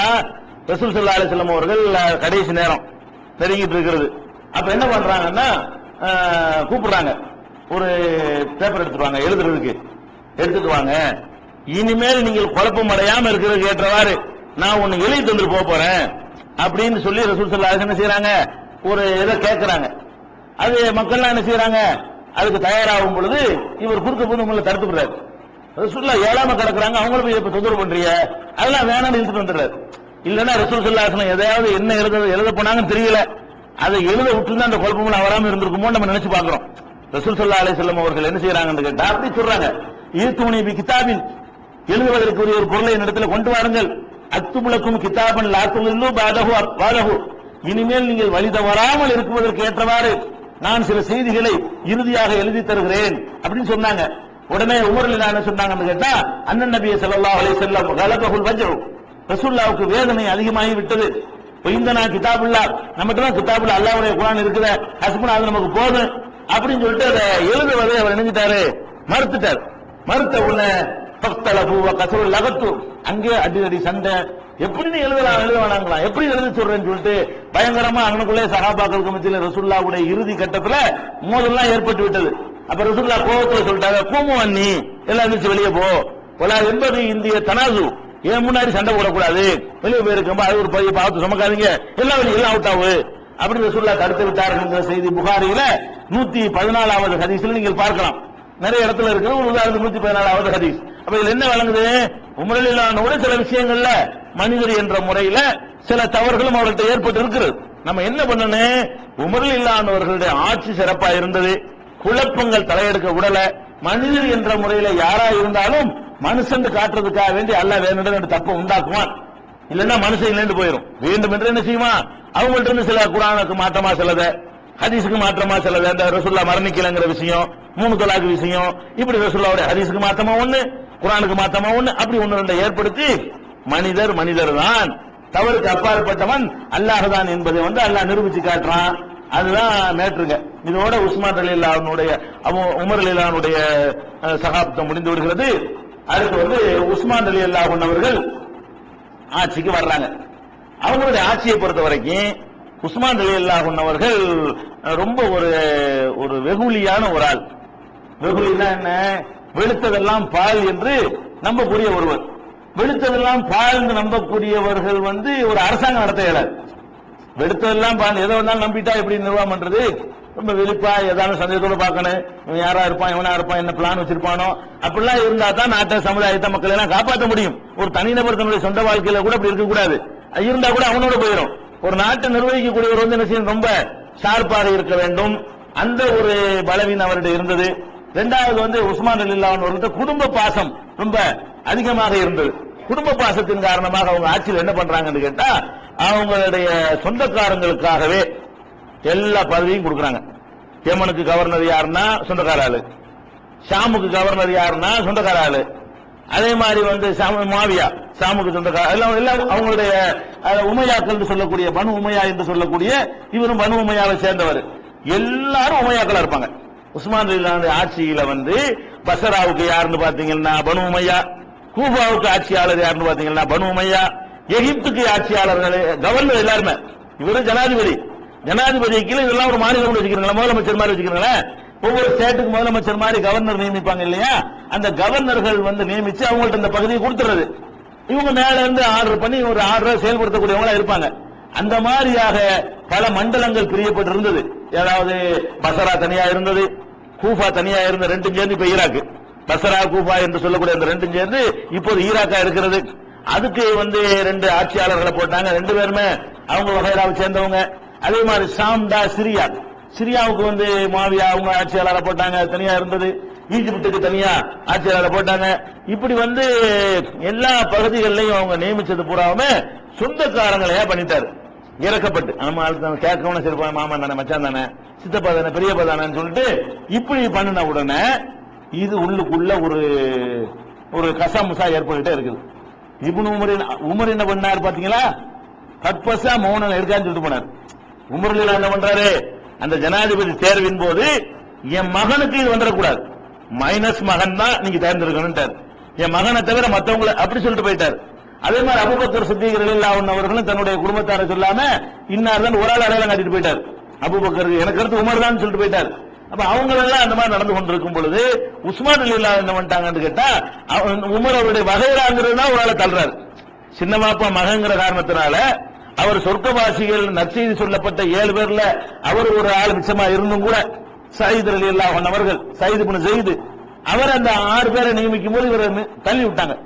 நம்ம வகைரா இருக்கக்கூடாது, வேண்டிய ஆளுகளை வச்சு காரியத்தை அந்த மாதிரி பேர் வரக்கூடாதுன்னு சொல்லி அவங்க ரொம்ப கேர்ஃபுல்லா இருந்தாங்க. இவங்க என்ன பண்ணிட்டாங்கன்னு கேட்டா, எங்க பார்த்தாலும் ஒரே சொந்தக்கார ஆளுங்க.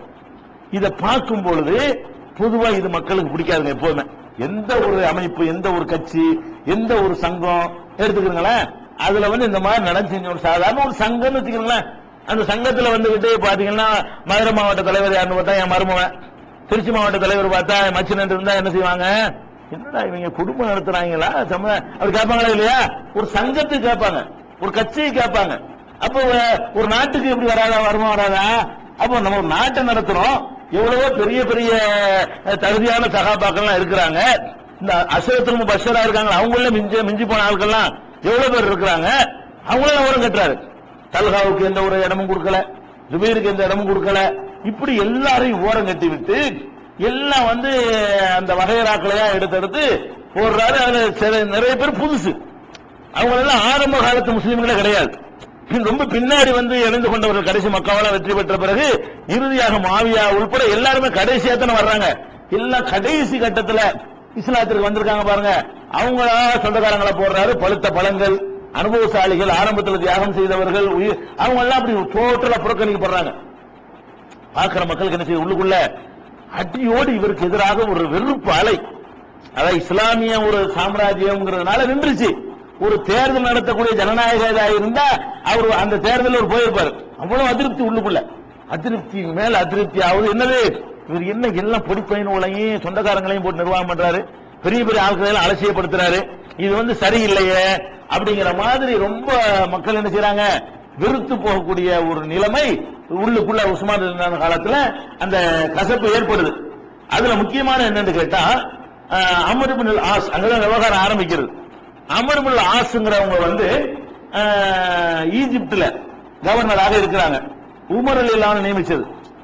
உமர் ரலியல்லாஹு என்ன செய்யறாங்க, அவங்க ஆட்சியில அம்ர் இப்னு ஆஸ்ங்கிறவர் ஆதி காலத்துல உள்ள ஒரு பெரிய நல்ல திறமையான ஆளு.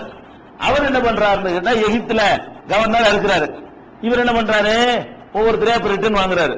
நீ அம்ர் இப்னு ஆஸ், நீ வந்து என்ன செய்யக்கூடாது, கவர்னர் வேலையை பார்க்க கூடாது அப்படின்னு சொல்லிட்டு இப்னு அபூ ஸரஹ்ங்கிற ஒரு ஆள் வந்து அவருடைய சொந்தக்கார ஆளு.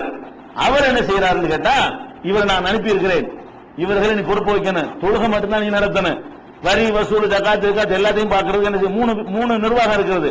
ஒன்னு வந்து ஜகாத்து, இன்னொன்னு வந்து ஹராஜ். ஹராஜ்னு சொன்னா அந்த நபர்களுக்கு இருக்கக்கூடிய வரிகளை வந்து வசூலிக்கிறது. மூணாவது வந்து தொழுகை நடத்துறது. இந்த மூணு ஆட்சியாளருடைய 3 இலாக்கா. இவர் என்ன பண்றாரு தெரியுமா, அம்ர் இப்னு ஆஸ் வந்து பள்ளிவாசல்ல, தலைநகரத்தில் உள்ள பள்ளிவாசல்ல தொழுகை மட்டும் நடத்தணும், அதோட அவர் வேலை முடிஞ்சிருச்சு. நிர்வாகம்லாம் யார்கிட்ட கொடுத்துட்டேன், இந்த ஆள்கிட்ட கொடுத்துட்டேன்னு சொல்லி அவர் நீக்கிறார். உஸ்மான் ரலியல்லாஹு பஸ்ல செய்யறார், நிறைய நீக்கிறாரு. ஆனா அம்ர் இப்னு ஆஸ் தான் பிரச்சனை உண்டாக்குறாரு. எதிர்த்து நிக்கிற ஆளு யாரு, அம்ர் இப்னு ஆஸ் தான். இதை வந்து ஒரு இஷ்யூ ஆக்குறாரு. ஃபர்ஸ்ட் எல்லா பக்கமும் இதுதான் செஞ்சாங்க. இது மாதிரி செஞ்ச உடனே அவர் அனுப்பி விட்டோன்னு என்ன செய்யறாரு, இவர் தொழுகை மட்டும் வச்சுக்கிட்டு இருக்கிறாரு. இன்னும் கொஞ்ச நாள் போகுது, மறுபடியும் அங்க இருந்து போட்டு கொடுத்தவொடனே அந்த சொந்தக்காரர் அனுப்புனார்ல, அவர் அதை போட்டு கொடுத்துட்டு நீ தொழுவிக்கவும் கூடாது, அதை இவரே பாத்துக்கிறாரு அப்படின்னு சொல்லி டோட்டல் பொறுப்பை என்ன செஞ்சாரு, அப்துல்லா இப்னு அபீ ஸரஹ்ங்கிற ஒரு ஆள, அவருடைய சொந்தக்கார வகைரா உள்ளவர், அவர் கையில தூக்கி எகிப்த கொடுத்துறாரு. ஏற்கனவே அம்ர் இப்னு ஆஸ் கவர்னரா இருந்தவரை அவரை நீக்கிவிட்டு என்ன செய்யறாரு, பொறுப்பு கொடுத்துறாரு. அதோட என்ன செய்யறாருன்னு கேட்டா, நீ அந்த ஊர்ல இருக்க இங்க வந்துரு, ஏன்னு கேட்டா இருந்த ஆள் திரட்டிடுவாங்க. இருந்தாங்க ஒரு ஆள் நீக்கிட்டோன்னு வைங்களேன், நீக்குனால இந்த பழகன ஊர்ல இருந்தாருன்னு வைங்க, அப்படி இப்படி அசம்பிள் பண்ணிடுவாங்க. அந்த ஊர்ல இருந்திருக்காருல, பல வருஷம் இருந்திருக்காருல, எல்லாரும் தெரியும்ல, அங்க தனக்கு எதிராக ஒரு அணி திரளக்கூடாது என்பதற்காக வேண்டி உடனே அவருக்கு அம்ர் இப்னு ஆஸ் என்ன செய்யறாரு, கட்டளை போடுறாரு, நீ எல்லாத்தையும் இவற்றை ஒப்படைத்து விட்டு நேர நீ மதீனாவுக்கு வந்து சேரு அப்படிங்கிறாரு. இவரு அமீருடைய கட்டளைன்னு சொல்லிட்டு அவர் வந்துடுறாரு. வந்த உடனே இது மக்களுக்கு எகிப்துல மக்களுக்கு முதல்ல கடுப்பாகுது. என்னடா இது அநியாயமா இருக்குது, ஒரு நல்ல ஒரு மனிதரா இருந்தார் அம்ர் இப்னு ஆஸ், நல்ல நிர்வாகி, அது எந்த ஒரு குறையுமே இல்ல, அவர் நீக்குவதற்கு எந்த விதமான ரிமார்க்கும் இல்ல, ஏற்கனவே உமர் மாதிரியான ஒரு சிறந்தவரால் அவர் நியமிக்கப்பட்டிருக்காரு, அவருடைய செலக்ஷன் இவரு, அவரை போய் தேவையில்லாம நீக்கிறாருங்கிற மாதிரி உள்ளுக்குள்ள எகிப்துல உள்ளவங்களுக்கு சரியான மக்களுக்கு கடுப்பு ஏற்படுது. இவருடைய நியமனத்தை எகிப்து மக்களால் அங்கீகரிக்க இயல, இவர் எல்லா பக்கமும் சேர மாதிரி இங்கேயும் பண்ணிட்டு இருக்கிறான்னு சொல்லிட்டு அவங்க கொந்தளிக்கிறாங்க. அப்ப இந்த கொந்தளிச்சவன் என்ன ஆகுதுன்னா, அங்க இருந்து ஒரு 5, 10, 15 இப்படியே உஸ்மான் ரலியல்லாஹுக்கு எதிரான ஒரு சிந்தனை அங்க விதைக்கப்பட்டுக்கிட்டே இருக்கிறது. விதைக்கப்பட்டவன அதுக்கப்புறம் என்ன ஆகுதுன்னு கேட்டா, அதுல முக்கியமா அங்க அபூபக்கர் சித்திக் நம்ம சொன்னோம் இல்லையா, அபூபக்கர் ரலியல்லாஹுடைய மகன் முகமது ஒரு மகன் அவருக்கு இருந்தாரு.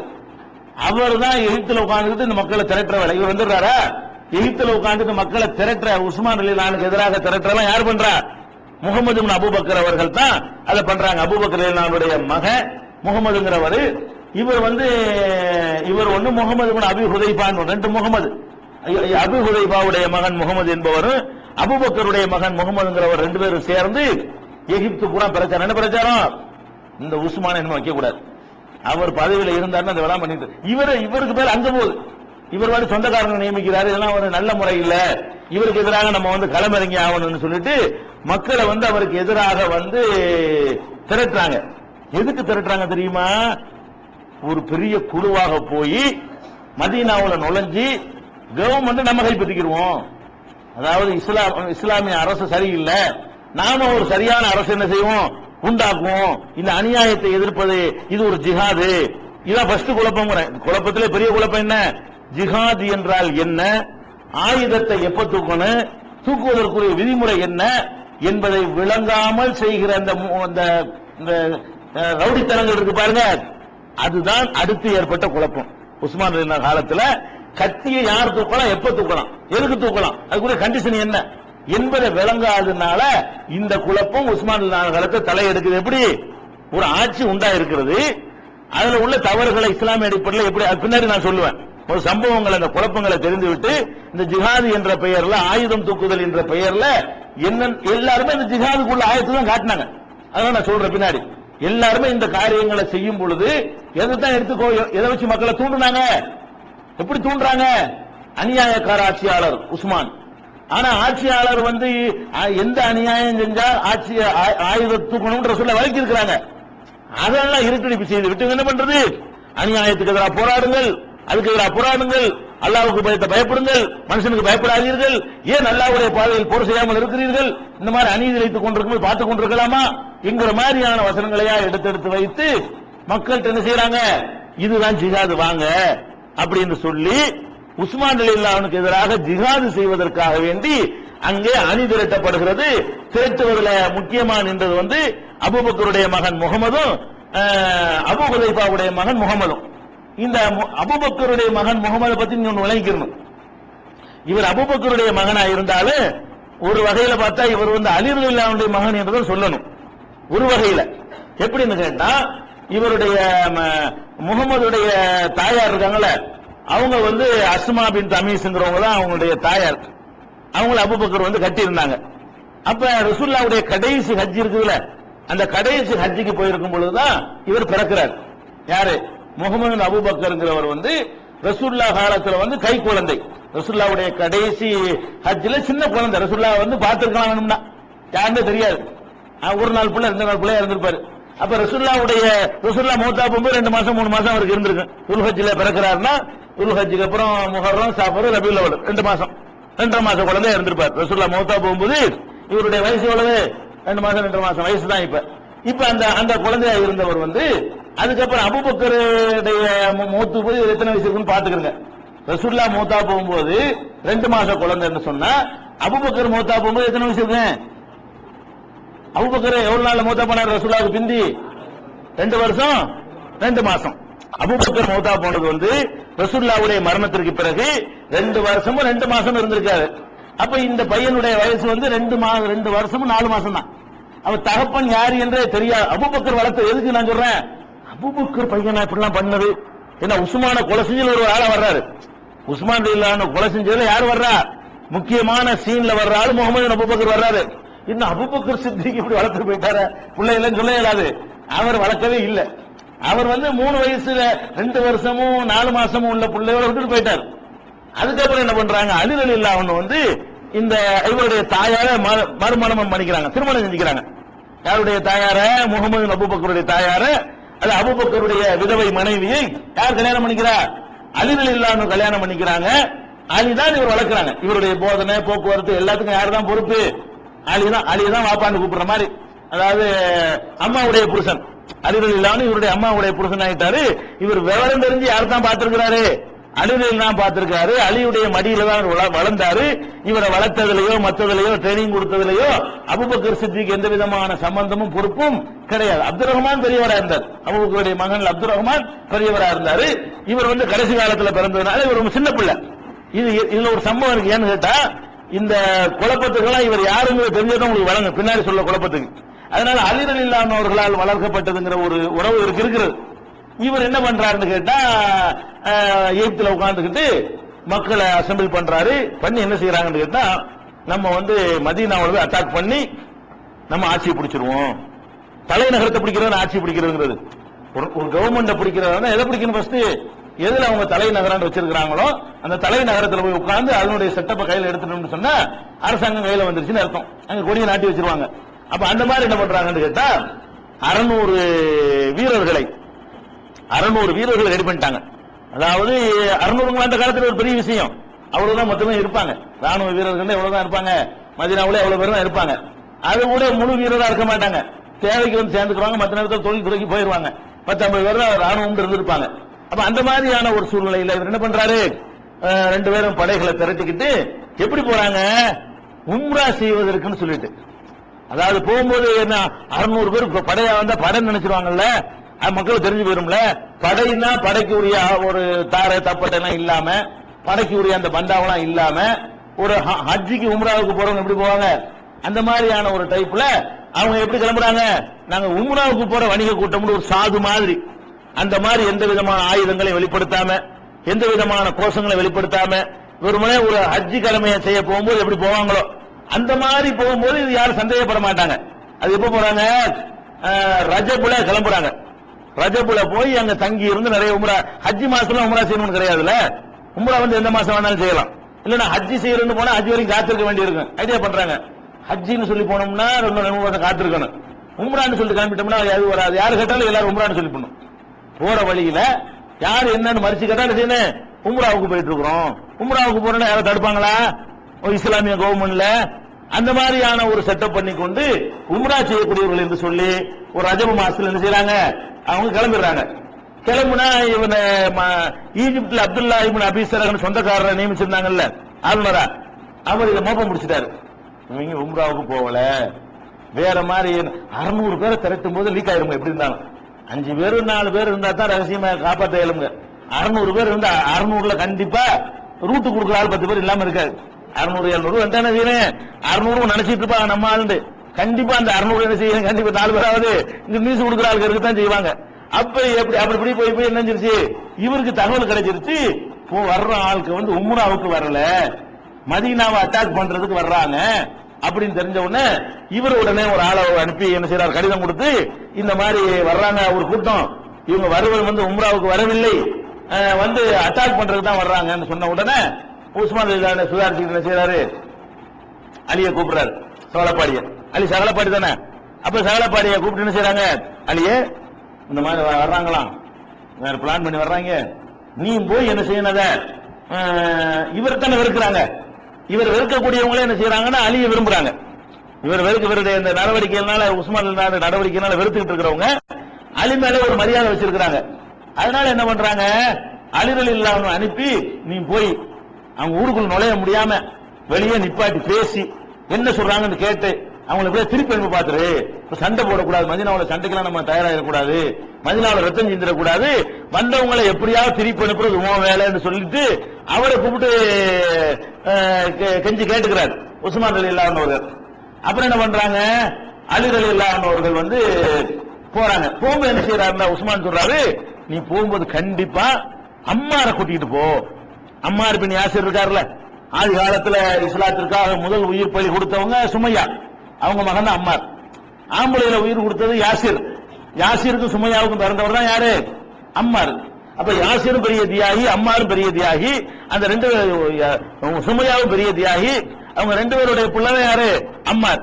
இந்த அம்மாருக்கு ஒரு சிறப்பு என்னன்னு கேட்டா, நபிகள் நாயகம் ஸல்லல்லாஹு அலைஹி வஸல்லம் அம்மாரை பார்த்து சொன்னாங்க, தக்துலுக்கல் ஃபேத்துல் பாகியா. அதான் காபத்துல்லாஹ் அந்த மஸ்ஜித் நபவிய கட்டிக்கிட்டு இருக்கும் பொழுது எல்லாரும் வேலை செஞ்சுட்டு இருக்காங்களா, அப்ப அம்மாரை பார்த்து ரசூலுல்லாஹ் சொல்றாங்க, அந்த நேரத்தில் திடீர்னு அம்மார் மஸ்ஜித் நபவிய கட்டிக்கிட்டு இருக்காங்க, அந்த நேரத்தில் அம்மாட்ட ரசூலுல்லாஹ் சொல்றாங்க, உன்னை ஒரு அநியாயக்கார கூட்டம் உன்னை கொல்லும். யார்கிட்ட சொல்றாங்க, அம்மாட்ட ரசூலுல்லாஹ் சொல்றாங்க, தக்துலுக்கல் ஃபேத்துல் பாகியா, உன்னை அநியாயக்கார கூட்டம் உன்னை கொண்டு விடும், அது நல்ல கூட்டமா இருக்காது, உன்னை ஒரு வரம்பு மீறிய எல்லை மீறிய ஒரு கூட்டம் உன்னை கொல்லும்னு சொல்லிட்டாங்க. அதனால எப்போதுமே எல்லாரும் என்ன பண்ணுவாங்கன்னு கேட்டா, அம்மாவை தங்கள் பக்கம் வச்சுக்கிடுவாங்க. ஏன்னா அவர் எந்த பக்கம் இருக்கிறாரோ அது கரெக்ட் மாதிரியும், அவர் எதிரணியில உள்ளவங்க அநியாயக்காரங்க ஆயிடுதுல, இவர் அநியாயக்காரர்களுக்கு கொள்ளுவாங்கன்னு சொன்னா அப்ப என்ன அர்த்தம், அவர் ஏன் பக்கம் இருந்தாருன்னு வைங்க, அவர் அவங்க தான் கொள்ளுவாங்க, அவன் தான் அநியாயக்காரன். அவர் உங்க பக்கம் இருந்தாருன்னு வைங்க, இப்ப நான் தான் அவரை வந்து கொள்ளுவேன், இப்ப நான் அநியாயக்காரன் ஆயிருவேன். அப்ப எல்லாருமே என்ன செய்வாங்கன்னு கேட்டா, அந்த அந்த செய்தி மக்களுக்கு பூரா தெரிந்த செய்தியா இருக்கிறதுனால, அப்ப நபி ஸல்லல்லாஹு அலைஹி வஸல்லம் சொல்லிவிட்டாங்க, அம்மார் ஒரு பக்கம் இருந்தா அதுக்காக வேண்டி சண்டை வர மாட்டாங்க யாரும். ஆக இவரை கொண்டா அநியாயக்கார கூட்டமாயிருமே, ரசூலுல்லாஹ் ஒரு அளவுகோல் பண்ணிட்டாங்கல்ல, அதுக்கு தான் உஸ்மான் என்ன பண்றாரு, நீ அம்மாரை கூட்டிட்டு போயிரு, அவங்க அட்டாக் பண்ண வந்தா கூட அம்மார் நின்றா என்ன செய்வாங்க, ஆகா நம்ம அநியாயக்கார கூட்டமால ஆயிருவோம், அம்மார் இந்த பக்கமும் நிக்கிறாரு, அப்ப இந்த பக்கம் அம்மார் நம்ம அட்டாக் பண்ணோம்னா நம்ம தான் அநியாயக்காரன் ஆயிருமேன்றதுக்காக வேண்டி அம்மார் எல்லாம் கூட்டிட்டு போன்னு சொல்லி அவங்க சொல்றாங்க. அவர் போய் கூப்பிடுறாரு அலி, அவர் மாட்டேன்ட்டாரு, அவரே அதிருப்தியில் இருக்காரு, இந்த ஆட்சி மேல இருக்காரு, அவர் ரொம்ப அதிருப்தியில் இருக்காரு, நான் மாட்டேன்ட்டாரு. 7-8 வகையான தூக்குதலை அப்படி பாக்குறாங்க, யாரு சொல்லி அம்மார் என்ன செய்யல, கேட்கவே இல்லை. அவர் ஒரு விஷயம் தண்டிச்சாரு, தண்டனை கொடுத்தாருலாம் வரலாறு எழுதி வச்சிருக்காங்க. அது என்ன காரணமோ தெரியல, அம்மார் இல்லாதவர்கள் நான் இதுக்கு வரல, நான் போய் இந்த பேச்சுக்கு வர தயாரா இல்லைன்றாரு. அவர் வந்து உண்மையில அவர் வெறுத்திருக்கிறாருன்னு அர்த்தம். நம்ம அதுல இருந்து விளங்க வேண்டிய என்ன காரணம் தெரியலன்னா, இந்த இவங்க எல்லாம் வெறுக்கிற மாதிரி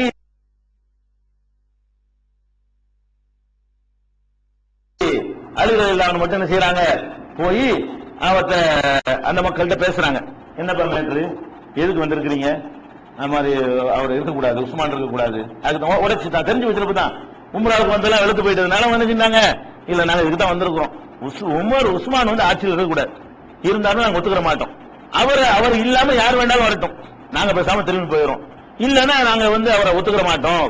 சரி, என்ன காரணம் என்ன சொல்லு, உஸ்மான் ஆட்சியில் இருக்கக்கூடாது ரீசன் சொல்லு, அவர் என்ன பண்ணிட்டாரு அப்படின்னு கேட்ட உடனே அவங்க காரணங்களை பட்டியல் போடுறாங்க. என்ன காரணம் அப்படின்னு சொன்னா, பொதுவான அரசாங்கத்துக்கு புறம்போக்கு நிலம் இருக்குல்ல, அரசாங்கத்துக்கு சொந்தம் இல்லாம யாருக்கும் சொந்தம் இல்லாம சும்மா கிடக்கிற நிலம் இருக்குல்ல, அந்த நிலங்களை எல்லாம் என்ன பண்ணிட்டாருன்னா அரசுடைமை ஆக்கினார் உஸ்மான். அரசுடைமை ஆக்கினா ஏழைப்பாளையர்கள் வந்து அவங்க எடுத்துக்குவாங்கல்ல, அது எடுத்துக்கொள்ள முடியாது, இவர் அரசுடைமை ஆக்கிட்டாரு அப்படிங்கிற ஒரு குற்றச்சாட்டை ஏழைகளுக்கு அதை கொடுத்திருக்கலாம். அவர் வந்து நிலத்தை வந்து அரசுரிமை ஆக்கிட்டாரு அப்படின்ற உடனே அவர் என்ன சொல்றாருன்னா, எல்லா நிலத்தையும் இல்ல, சில நல்ல மேய்ச்சல் உள்ள ஏரியாக்கள் எல்லாம் இதெல்லாம் அரசாங்கத்துக்கு சொந்தம் அப்படின்னு டிக்ளேர் பண்றாரு. அப்ப இதுக்கு அலி விளக்கம் சொல்றாங்க, அப்ப எதுக்கு ஒரு அரசுரிமை ஆக்கினாரு, ஜக்காத்துடைய ஒட்டகங்கள் வருது, அதுக்கு மேய்ச்சலுக்கு சரியான இடம் இல்ல, அது அந்த இடத்துல மேய்ச்சல் கூட்டம்னு சொன்னா அந்த ஒட்டகம் நல்லா கொளுத்து போகும், ஒட்டகம் நல்லா கொளுத்தா உனக்கு நல்ல கொளுத்த ஒட்டமும் உனக்கு தான் தரப்போறாங்க ஜக்காத்தை, ஜகாத்துங்கிற மக்களுக்கு தரக்கூடியதானப்பா, உனக்கு திருப்பி தரும்போது நல்ல முறையில் தருவாங்க, அதுக்காக தானே பண்ண, அவருக்கா பண்ணிக்கிட்டாரு அப்படின்னு சொல்லி அவர் என்ன செய்யறாரு, அதை வந்து சமாளிக்கிறாரு. ரெண்டாவது என்னன்னு கேட்டா, குர்ஆன் வந்து தொகுத்தாங்க இல்லையா, பல பிரதிகள் எடுத்தாங்க, எடுத்துட்டு என்ன பண்ணிட்டாங்க, நம்ம இதெல்லாம் கொடுத்து சொல்லிவிட்டார். உஸ்மான் ரலியல்லாஹு செஞ்ச வேலை என்ன, குர்ஆனை இப்ப நம்ம வச்சுக்கிறோம் ஆர்டர், இந்த ஆர்டர் படி தயாரிச்சு விட்டு மீதி உள்ள எல்லா பிரதியும் வாங்க விட்டு கீழே வச்சு கொளுத்தி விட்டார். என்ன ஆளுக்கு ஒரு குர்ஆன் இருந்துடக்கூடாதுல்ல, என்ன ஒரு ஆளு குர்ஆன்ல வந்து இக்ரா சூரா முதல்ல இருக்குது, இன்னொரு ஆள் குர்ஆன்ல வந்து பக்ரா சூரா முதல் சூறாவா இருக்குது, இன்னொரு ஆள் குர்ஆன்ல வந்து மாயிதா சூரா முதல் சூறாவா இருக்குது. ஆளாளுக்கு ஒண்ணு வச்சுட்டு இருந்தாங்கன்னா குழப்பமா போயிடும். இதான் ஒரு ஆர்டர், எல்லாம் சேர்ந்து முடிவு எடுத்திருக்கோம், அதனால ஒவ்வொருத்தரும் இஷ்டத்துக்கு எழுதி வச்சுக்கிறதெல்லாம் நினைஞ்சிருங்க, க்ளோஸ் பண்ணிருங்கன்னு சொல்லிட்டு செஞ்சாரு. அதை ஒரு குற்றச்சாட்டு அவங்க சொன்னாங்க, ஏன்பா சண்டைக்கு வர்றீங்க அப்படி, இதெல்லாம் சும்மா சொன்ன காரணம், அது காரணம் இது இல்ல, ஆனா அவர்கள் ஏதாவது மார்க் அடிப்பில் ஒண்ணு சொல்லணுமே என்பதற்காக இதெல்லாம் சொன்னாங்க. அதை வந்து விளக்கம் கொடுத்துட்டாரு. அடுத்து என்ன பண்றாருன்னு கேட்டா, உஸ்மான் ஹஜ்ஜிக்கு போயிருக்கும் பொழுது அவர் வந்து ஹஜ்ஜில போய் ரசூல் ஸல்லல்லாஹு அலைஹி வஸல்லம் அவர்கள் 4 ரக்காத் தொழுகை 2 ரக்காத் தான் தொழுதாங்க. ஹனபி மதுஹப்ல கஸ்ரே கிடையாது, அவங்க கூட ஹஜ்ஜில கஸ்ர் பண்ணுவாங்க. ஹனபி மதுஹப்ல ரசூலுல்லாஹ் ஹஜ்ஜிக்கு போயிருக்கும் செஞ்சதுனால ஹஜ்ஜில மட்டும் என்ன செய்வாங்க, அவ்வளவுக்கு எல்லாருக்கும் தெரிஞ்ச ஒரு விஷயம். உஸ்மான் என்ன பண்றாரு, அவர் ஹஜ்ஜிக்கு போயிருக்கிறாரா, போய் அங்க போய் ஒரு அசர 4 ரக்காத் தொழுகிறாரு. இப்ப ரசூலுல்லாஹ் அவர் டிக்ளேர் பண்றாரு, ஒரு வார் பண்றாரு, ரசூல் ஸல்லல்லாஹு அலைஹி வஸல்லம் ஹஜ்ஜிக்கு போயிருக்கும் பொழுது அவர் மட்டும் செய்யல, ஜனாதிபதி தான் ஹஜ்ஜிக்கு மக்களை கூட்டிட்டு போவாங்க, இவர் போய் தொழுதாருன்னா மக்கள் மட்டும் சொல்லுவாங்க. அது பாயிண்ட் என்ன வரும் கேட்டா, இவர் போய் இவர் ஹஜ்ஜிக்கு தலைமாற போறாருன்னா இவர் தான் ஜமாத் நடத்துவாரு, இவர் தான் அந்த உரை நிகழ்த்துவாரு. ஒவ்வொரு வருஷம் ஹஜ்ஜிக்கு இவர் தான் போனார் கைடா, ஒவ்வொரு வருஷம் ஹஜ்ஜிக்கு யார் போவா, ஜனாதிபதி தான் போவாங்க எப்பவுமே. அல்ல ரொம்ப நெருக்கடியான கட்டத்தில் வேற ஒரு ஆள் அனுப்புவாங்க. இவர் 11 வருஷத்துல முதல் 10 வருஷம் யார் தான் ஹஜ்ஜிக்கு போனா, உஸ்மான் தான் போனாரு. போகும்போது என்ன பண்றாருன்னு கேட்டா, அங்க போய் 4 ரக்காத் தொழு வைக்கிறார். அது எப்படி தொழு வைப்பார், ரசூலுல்லாஹ் 2 ரக்காத் தொழு வைக்கும் பொழுது அவர் முஸ்தலிஃபாவுல இதுல எல்லாம் போய் 4 ரக்காத் தொழு வச்சிருக்காரு, இது வந்து தப்பு, ரசூலுல்லாஹ்வுக்கு மாற்றம், அதுக்கு தான் இதை பண்றோம்னு அதை வந்து சமாளிக்கத்தான் செய்யறாங்க. அலிவலில்லான்னு தப்புன்னு சொல்லிட்டு போயிருக்கான் அவரு. அந்த இடத்துல அந்த டென்ஷனை குறைக்கிறதுக்காக வேண்டி அவர் வந்து மக்காவுல பிறந்தாருலப்ப சொந்த ஊர் நினைச்சிருப்பாரு. இதே விசுவாக்குற நீ சொந்த ஊரை விட்டு ஹிஜ்ரத் பண்ணி வந்தாச்சு, அவர் என்ன சமாளிக்கிறாரு, உஸ்மான் என்ன பண்ணிருப்பாரு, மக்கா நம்ம சொந்த ஊர் வெளியூர் இல்ல, நம்ம வந்து ஊர்ல பிறந்தோம், அதனால இதை நம்ம ஊர் ஆக்கிக்கிறோம் அப்படின்னு ஒரு நியத் பண்ணிருப்பாரு. இதையாம ஒரு விசுவாக்குறீங்கன்னு சொல்லிட்டு அவர் அதுக்கு பதில் கொடுக்கிறாரு. அதுக்கடுத்து என்ன பண்றாங்கன்னு கேட்டா, இளைஞர்களையும் புதிய புதிய ஆட்களுக்கும் பொறுப்பு கொடுத்துட்டாங்க, அவங்க அனுபவசாலிகள் இல்ல அப்படின்ற ஒரு குற்றச்சாட்டு அடுத்தபடியா அந்த மக்கள் வைக்கிறாங்க. யாரு, உம்ரா செய்ய வந்து மதீனாவை அட்டாக் பண்றதுக்கு வந்த அந்த கூட்டத்துக்கு அலிக்கு நடந்த விவாதம் இது. அவர் ஒத்தையன்னு சமாளிக்கிறார். அவர் என்ன இருக்கிறாரு, ஏன்பா இப்படி சொல்றீங்களே, இளமையான ஆளை கொடுத்துறாரு, ரசூலுல்லாஹ் உசாமாவை நியமிக்கலையா, உசாமாவுக்கு கீழே பெரிய பெரிய சஹாபாக்கள் அனுப்பி விடலையா, 18 வயசு பையனுக்கு பின்னாடி என்ன உமர் மாதிரி ஆட்கள் பின்னாடி போங்க அனுப்பி விடலையா ரசூல் ஸல்லல்லாஹு அலைஹி வஸல்லம். அப்ப வந்து ஒரு தலைவருக்கு அந்த ரைட் இருக்கிறது, இந்த வேலைக்கு யார் தகுதி என்று நினைக்கிறாரோ அவங்க அனுப்புவாரு. அதனால அவர் சின்ன சின்ன வயசான ஆளுகளுக்கு எல்லாம் பதவியை கொடுத்துட்டாருன்னு சொல்லாதீங்க. அது மாதிரி அத்தாபி இப்னு அசீத் என்ற ஒரு சஹாபி, சின்ன வயசுக்காரரு, 20 வயசுக்காரரு, அவரை மக்காவுடைய ஆளுநராக ரசூலுல்லாஹ் நியமிச்சாங்க. அவரை வந்து நியமிக்கும் போது சின்ன வயசுக்காரர் தான் அவர் 20 வயசுல நியமிச்சாங்க ரசூலுல்லாஹ். பெரிய பெரிய சஹாபாக்கள் இல்லையா போலாம், மக்காவை நிர்வகிக்கிறதுக்கு 20 வயசு பையனை ரசூலுல்லாஹ் கொடுத்தாங்க. அதே மாதிரி சாமும் சிரியாவை வெற்றி கொள்வதற்கு 18 வயசு பையன் அனுப்பி வச்சாங்க. இதெல்லாம் ஒரு பஞ்சாயத்தா அப்படின்னு சொல்லி அதுக்கு ஒரு சொந்தக்காரங்களே ஏன் பண்ணாருன்னு சொல்லல, இளைஞர்களை பண்ணுவதற்கு மட்டும் என்ன செய்யறாரு அவரு, அதுக்கு ஒரு பதில செய்யறாரு. அடுத்து கேட்கிறாங்க, அப்ப என் சொந்தக்காரங்களா தேர்ந்தெடுக்கணும், என் ரசூலுல்லாஹ் எத்தனை வயசுல குறைசிகளுக்கு முக்கியத்துவம் கொடுக்கலையா அப்படி இப்படின்னு சொல்லிட்டு அவர் அதை ஒரு மாதிரியா சமாளிக்கிறாரு. அதுக்கப்புறம் வந்து இதை சொல்லி முடிச்ச உடனே அந்த மக்கள் என்னங்கிட்டாங்க, சரி வந்து பிரச்சனை இல்ல தீர்த்துக்குருவோம் அப்படின்னு சொல்லிட்டு அவங்க போயிடுறாங்க. ஒரு டிமாண்ட் வைக்கிறாங்க. என்ன டிமாண்ட்னா, அவரை நீக்கி போடுங்க. யார, அப்துல்லா இப்னு எங்க மிஸ்ருக்கு ஈஜிப்டுக்கு கவர்னரா போட்டீங்கல்ல, அவரை நீக்கிவிட்டு நீங்க வேற ஒரு ஆளை போடுங்க, முகமது அபூபக்கரை போடுங்க, இல்லன்னா அபூபக்கருடைய மகனை நீங்க கவர்னரை நியமிங்க, எங்களுக்கு எந்த பஞ்சாயத்து இல்ல அப்படின்னு சொல்லி சொன்ன உடனே இந்த மெசேஜோட அறிவு இல்லாம எங்க போறாங்க, உஸ்மான்கிட்ட போய் டீடைல் சொல்றது போறாங்க. இதோட நிக்கட்டும், நாளைக்கு மீதி பார்த்து அடுத்த குழப்பத்தை பார்ப்போம்.